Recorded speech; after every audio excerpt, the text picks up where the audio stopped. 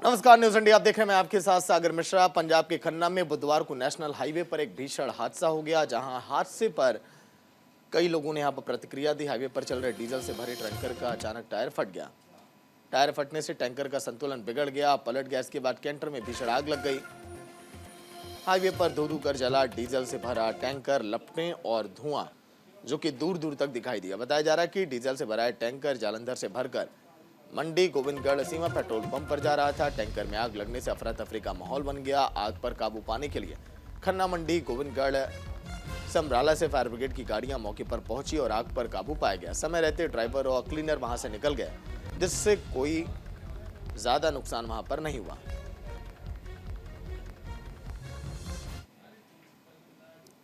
तो देखिए फिलहाल ये तस्वीरें, जब हाईवे पर धू धू कर टैंकर जला, अचानक इसका टायर फटा, संतुलन बिगड़ने के बाद टैंकर में आग लग गई। फिलहाल किसी की जान नहीं गई, ये कहा जा रहा है। फायर ब्रिगेड की गाड़ियों ने आग पर काबू पाया।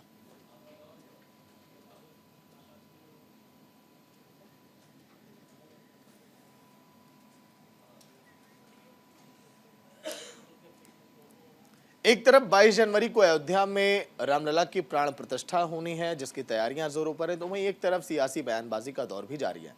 एआईएमआईएम के मुखिया ओवैसी ने बीजेपी के मंत्रियों और नेताओं यानी कि राम मंदिर और अन्य मस्जिदों को लेकर की जा रही टिप्पणी पर एक बार फिर तीखी प्रतिक्रिया दी है। इसके साथ ही ओवैसी ने सीए पर भी प्रतिक्रिया दी है। सुनिए आप।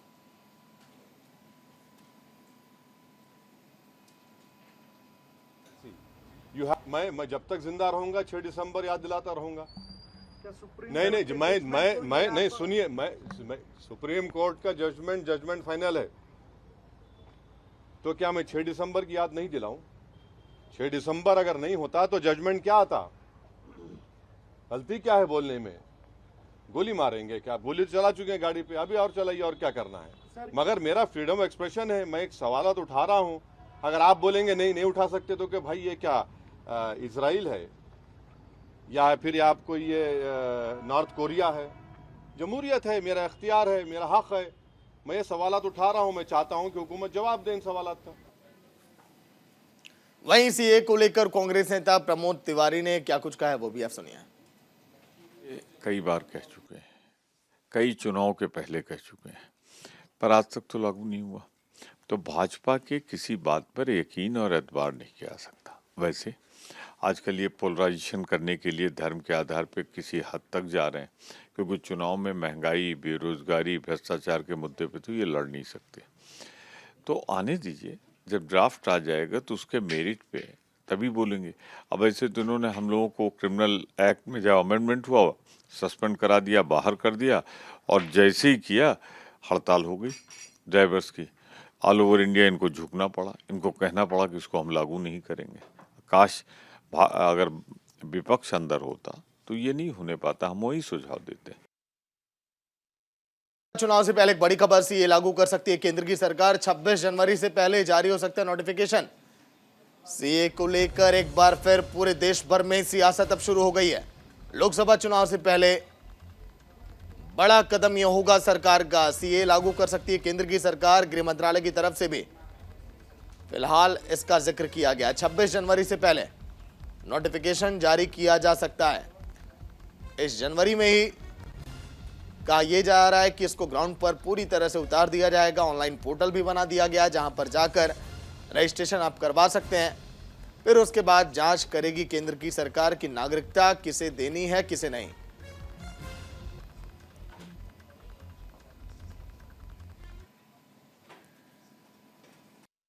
हमारी नेत्री ममता बनर्जी, इस राज्य के मुख्यमंत्री और तृणमूल कांग्रेस की सभानेत्री जो है, साफ सुथरे भाषा में उन्होंने कहा कि सीएए बंगाल में नहीं लागू होगा। बंगाल के लोग भारतवर्ष के नागरिक है, बंगाल के नागरिक है। विभिन्न स्कीम द्वारा उनको सुविधा भी पहुंचती है, राशन भी मिलती है, सब कुछ जो है, जो स्कीम्स हैं उनके वो लाभदायक भी हैं। जो कहते हैं कि ये नागरिक नहीं है, हम लोग कहते हैं ये लोग नागरिक हैं, ये लोग बंगाल में रहते हैं, और जो नागरिक हैं उनको दोबारा नागरिकता देने की जो प्रयास बीजेपी कर रही है वो गलत है। सिटीजनशिप एक्ट साफ साफ नागरिकता का जो कानून है वो अपना कुछ मापदंड सुनिश्चित करता है जिनके आधार पर नागरिकता तय होती है। तो सरकार ये कानून 5 साल पहले लाई, आज कानून को क्रियान्वित करने जा रही है, पर ये जो बुनियादी मसला है वो तो उच्चतम न्यायालय के सामने अभी भी खुला है कि क्या धर्म एक्स्ट्रा टेरिटोरियली या टेरिटोरियली नागरिकता का आधार हो सकता है या नहीं। नरेंद्र मोदी 2 दिन के लक्षद्वीप और केरल के दौरे पर हैं। इस दौरान पीएम मोदी लक्षद्वीप को करोड़ों की सौगात दी है। पीएम मोदी ने कवरत्ती में 1156 करोड़ रुपए की लागत से कई विकास परियोजनाओं का यहां पर उद्घाटन किया, शिलान्यास किया। इस दौरान उन्होंने सभा को भी संबोधित किया। पीएम ने कहा कि आजादी के बाद दशकों तक केंद्र में जो सरकारें रही, उनकी प्राथमिकता सिर्फ अपने राजनीतिक दल का विकास था। जो दूर सुदूर के राज्य हैं, जो बॉर्डर पर हैं, जो समुद्र के बीच हैं, उनकी तरफ ध्यान नहीं दिया जाता था। लेकिन अब 10 सालों से हमारी सरकार ने बेहतर उस पर काम किया है। देखिए फिलहाल ये लाइव तस्वीरें, पीएम नरेंद्र मोदी इस समय लक्षद्वीप के दौरे पर, करोड़ों की सौगात दी और उसके बाद ये रोड शो है चल रहा है पीएम नरेंद्र मोदी का। तो जगह जगह यहां पर लोग फूलों की वर्षा कर रहे हैं पीएम नरेंद्र मोदी पर। और लक्षद्वीप पहुंचना एक बड़ी बात पीएम मोदी के लिए, क्योंकि वहां पर जाकर जिस तरह से इन्होंने बड़ी सौगातें दी हैं, पहले की सरकारें इस पर ध्यान नहीं देती थी, ये भी कहा है पीएम मोदी ने।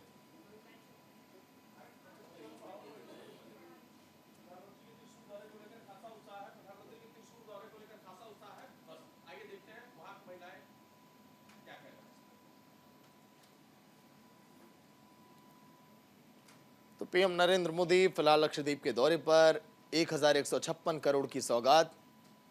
वहां की महिलाओं में भी काफी उत्साह देखा गया।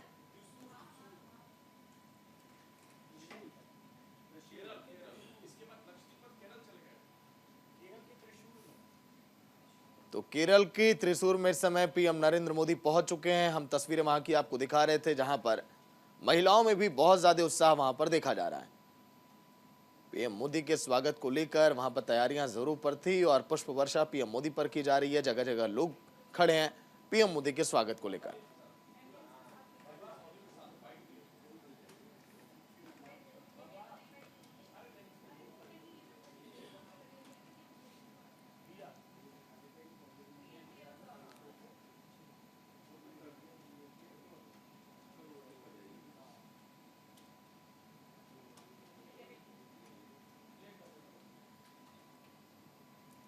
तो पीएम नरेंद्र मोदी लक्षद्वीप और केरल के दौरे पर, लक्षद्वीप का दौरा पूरा किया, फिर केरल पहुंचे पीएम मोदी।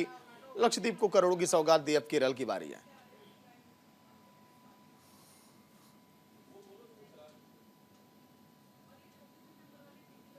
तो स्त्री शक्ति समागम को संबोधित करेंगे आज पीएम। महिलाओं में जबरदस्त उत्साह देखा जा रहा है केरल में। पीएम नरेंद्र मोदी का दौरा ये केरल का, केरल की त्रिशूर में इस समय पीएम मोदी हैं। देखिए पूरे सड़क पर किस तरह से बीजेपी के झंडे और कार्यकर्ताओं की भीड़, लोगों का हुजूम पीएम मोदी की एक झलक पाने के लिए बेताब खड़ा है।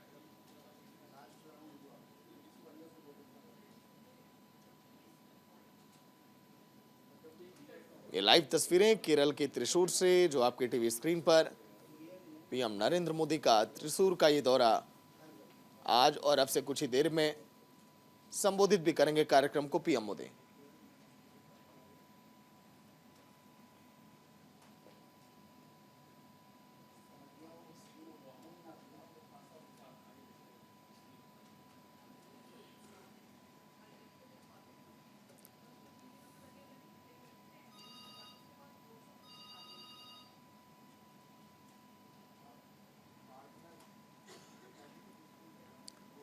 लगभग 2 लाख महिलाओं की भीड़ होगी। 3 शक्ति मोदी को उपवन सम्मेलन, 2 लाख महिलाओं की भीड़ केरल में पीएम नरेंद्र मोदी की जनसभा में। आज बहुत कुछ खास होने वाला है।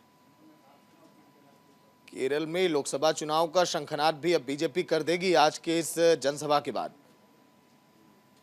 2 लाख महिलाओं के जुटने का दावा किया गया। केरल में बात करें तो 2 लाख महिलाओं की भीड़ भी रहेगी पीएम मोदी को सुनने के लिए।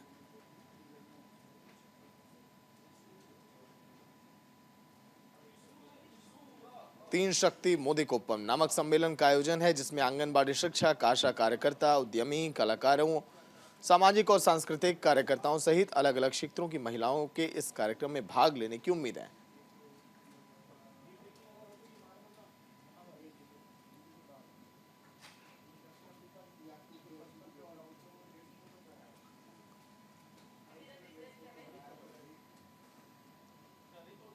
तो जो साउथ के जो स्टेट हैं वहां पर पीएम नरेंद्र मोदी लगातार अब फोकस कर रहे हैं कि आने वाले चुनाव में वहां पर भी बेहतर सफलता मिले और बड़ी बड़ी सौगातें केरल, लक्षद्वीप, इन तमाम राज्यों में।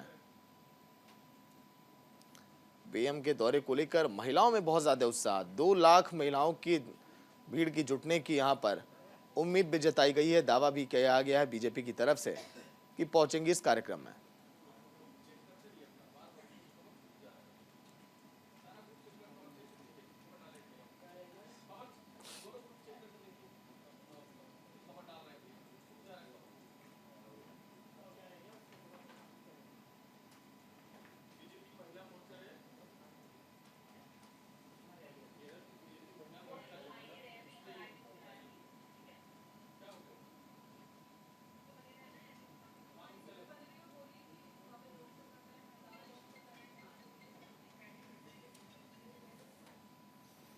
तो भव्य road show PM Narendra Modi का।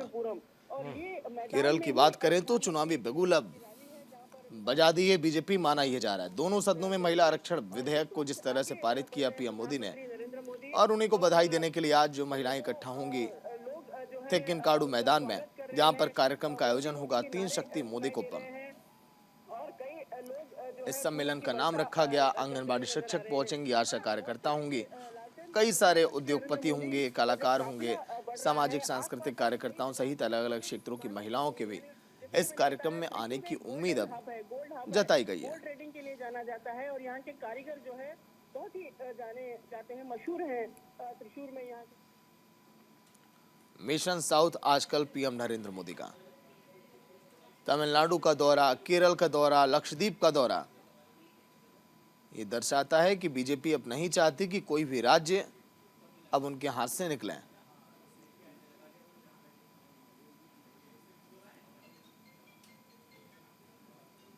पीएम मोदी के दौरे के एक दिन पहले ही तैयारियां यहां पर पूरी कर ली गई थी। केरल का ट्रेडिशनल डांस तिरुवथिरा, जो कि आज उनके स्वागत के लिए हुआ, ओणम फेस्टिवल के दौरान ये किया जाता है।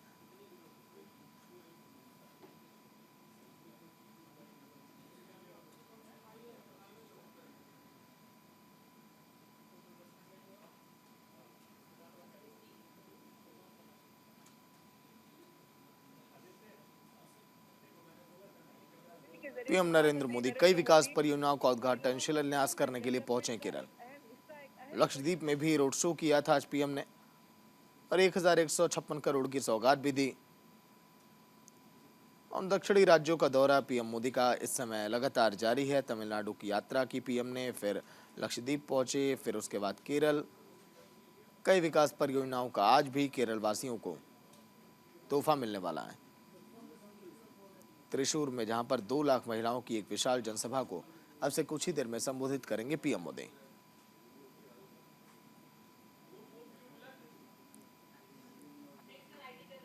अगर लक्षद्वीप की बात करें तो पीएम ने कहा था वहां पर कि क्षेत्रफल भले ही यहाँ का छोटा है, लेकिन दिल बहुत बड़ा है। यहाँ मिले प्यार और आशीर्वाद से मैं अभिभूत हूं। और अब केरल के दौरे पर निकल गए इन संबोधन के बाद।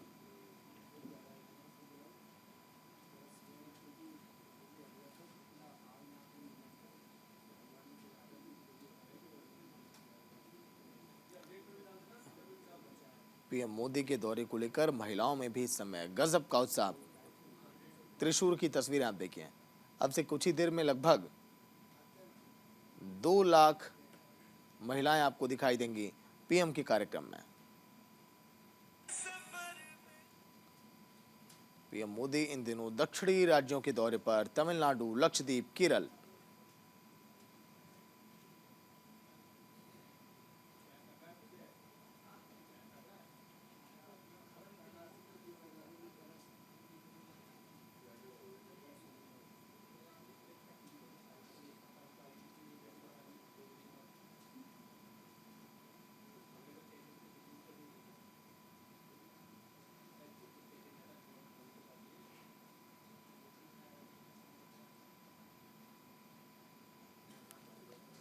पीएम नरेंद्र मोदी त्रिशूर के दौरे पर। महिलाओं के लिए आज काफी खास कार्यक्रम रखा गया है।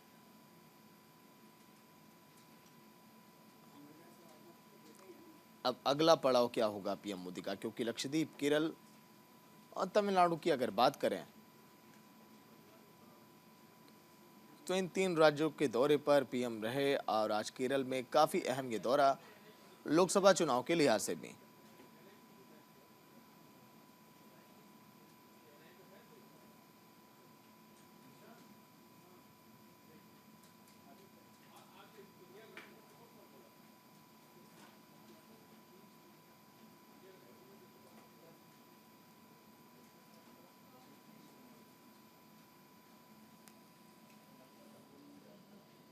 स्त्री शक्ति यहाँ पर कार्यक्रम, जहाँ पर इस समागम में भी संबोधित करेंगे पीएम मोदी। कार्यक्रम का आयोजन किया गया है।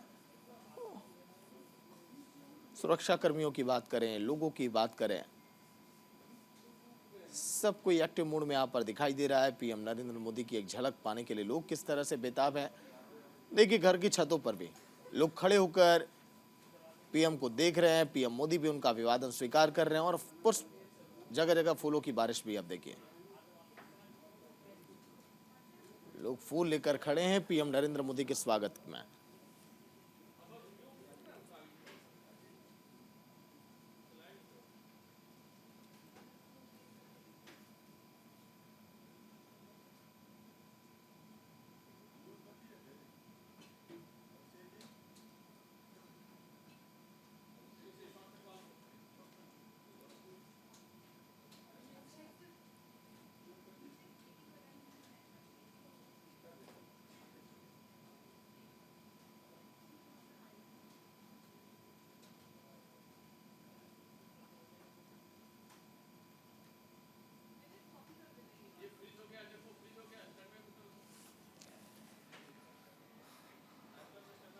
तो पीएम मोदी का त्रिशूर दौरा, यहाँ पर महिलाओं के कार्यक्रम को करेंगे संबोधित। 2 लाख महिलाओं के जुटने की उम्मीद। तो दक्षिणी राज्यों के दौरे को पीएम नरेंद्र मोदी लगातार समय संबोधित कर रहे हैं। 3 राज्य में पहुंचे, तमिलनाडु की बात करें, लक्षद्वीप की बात करें और अब केरल में।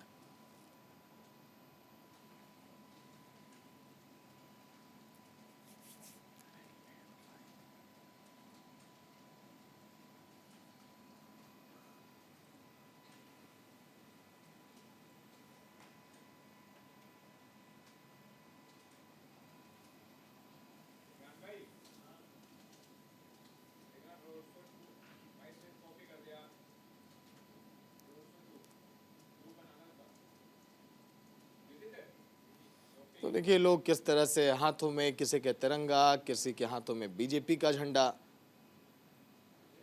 गुब्बारों से, पोस्टरों से पूरा ये इलाका पटा हुआ दिखाई दे रहा है।